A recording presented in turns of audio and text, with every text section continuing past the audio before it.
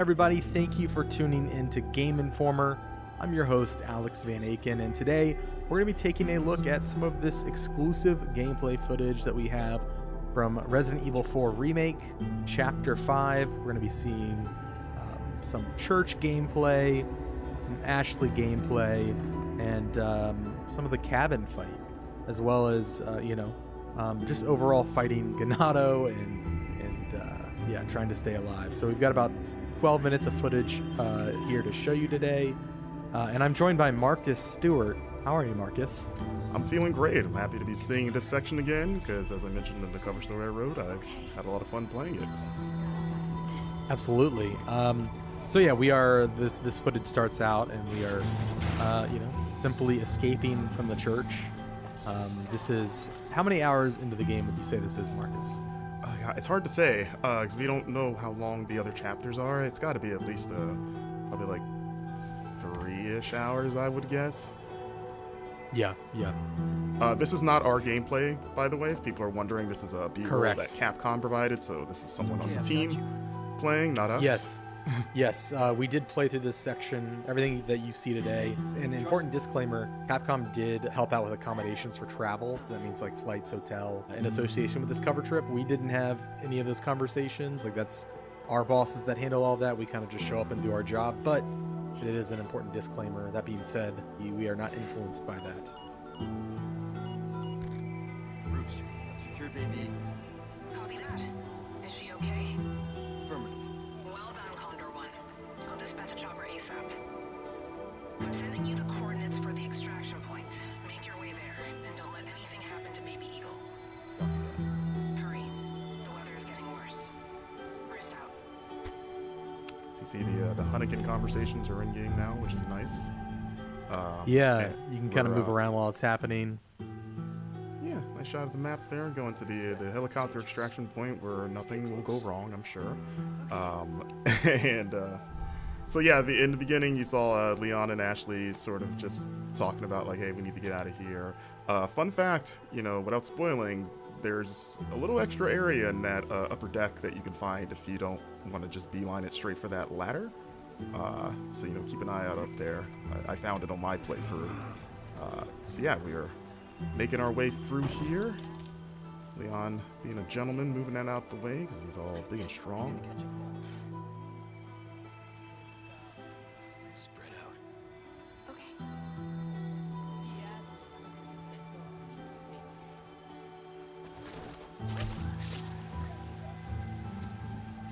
Come on. And yeah, this part was pretty fun to get through. I tried to get through it stealthily the first couple times.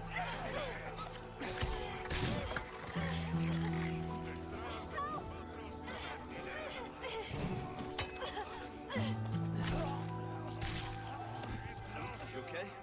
Yeah. Spread out.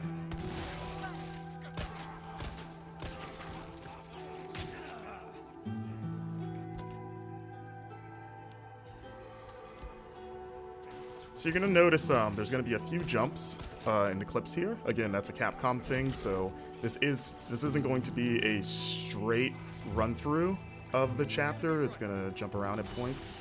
But as you can see, the flash grenade still very effective against those tentacle transformed Ganado. As we enter the cemetery, you get a little bit of a taste of one of the side quests, which is sort of a spin on the cemetery puzzle. As you can see, you can still shoot birds' nests to get those precious eggs, or I guess a chicken egg that's in a bird nest in the tree. Don't ask me how that works. You know how it is. But I mean, in the original game, you killed snakes and got chicken eggs, which was always kind of weird. And there he is. Took care of a request. Well done. Man himself. Look at you. So you can see you're turning in side quests, which is what you're going to be doing. One has to wonder how he moves with all that heavy equipment in that coat. Must be pretty strong. It's kind of like a Dragon Ball, like Piccolo weighted training gear. He's probably pretty strong. But I was thinking he's just like into CrossFit. we we don't know. He's a mysterious figure. As you see, we're upgrading our equipment here. You can upgrade knives now, as mentioned in the cover story, which is nice, which you're going to be needing because they have limited durability. And you're going to be using it quite a bit for the new parry mechanic, which I enjoy. And you can see there's another side quest right there. You're going to want to keep an eye out in the environment for those blue flyers. Oh, so there's the Wild Doll quest. That was one of the more involved quests that we saw so far. Absolutely. And you won't see the solution in this footage, but you will see sort of what's on the other end of this side quest for you. Yeah. The dog is hard to find. We are going to show the dog, but the way to find the dog will be, I guess, a little bit of a mystery. And also important to note, we turned left when we left that door. There's another path behind us if we were to turn right out of that door that goes into an underground tunnel that like takes you up through a well in the village. So there's a lot of paths available. Yeah, like when we both came through here, we just assumed just the way the camera's framed. We're like, okay, it's the only way to go. But yeah, one of the producers pulled us aside and was like, hey, check this out. And we were like, oh, okay. Not bad, right? Here we go. We've got the village at night.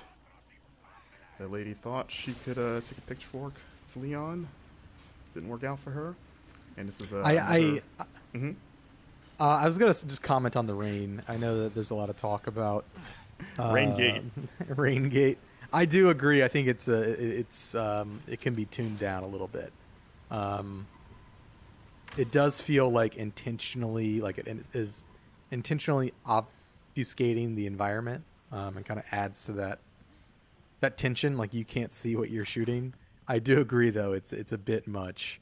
And you know, it would be great, Marcus, if there's like a rain slider. I'm kidding. Yeah. I just want a nice little downpour. As we see, I love the lighting in this game.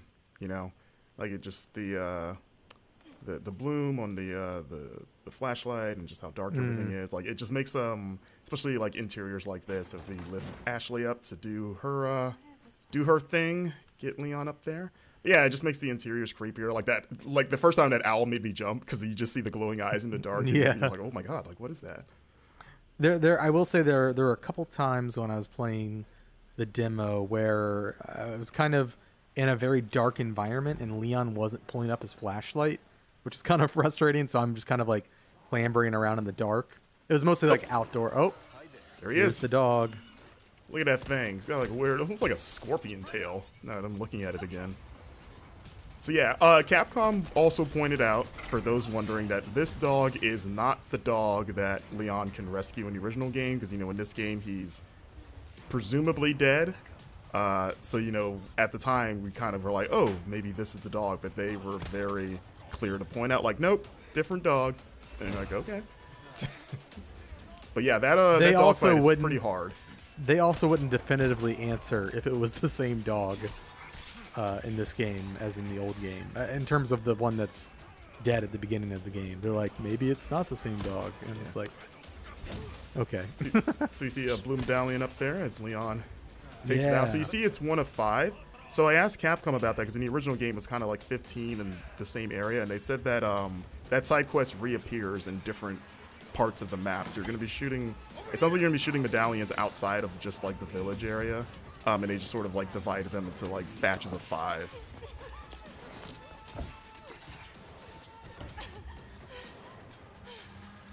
You.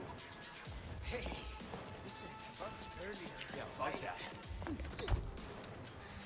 Hey, I see you found your missing senorita. Senorita has a name, Miss Ashley. You are? Who are you? What are you doing here? Very good questions, unfortunately. Hide, now. Okay, it's game time. And due to the cuts, I guess Leon just gets pummeled. and yeah, that's the end of you know, the action gameplay we've got to show off. This is a look at putting gems inside of treasures to increase their value. Of course, if you different combinations of gems net you different bonuses. There are now customized cases that have different bonuses. So like the black case has an increased drop rate for L resources. And you can pick up charms as well, a little chicken charm. The charms and the cases, they give you little passive bonuses. Yeah. And you can do that stuff in the typewriter menu, as you saw. So you can't do that all the time, just when you reach those save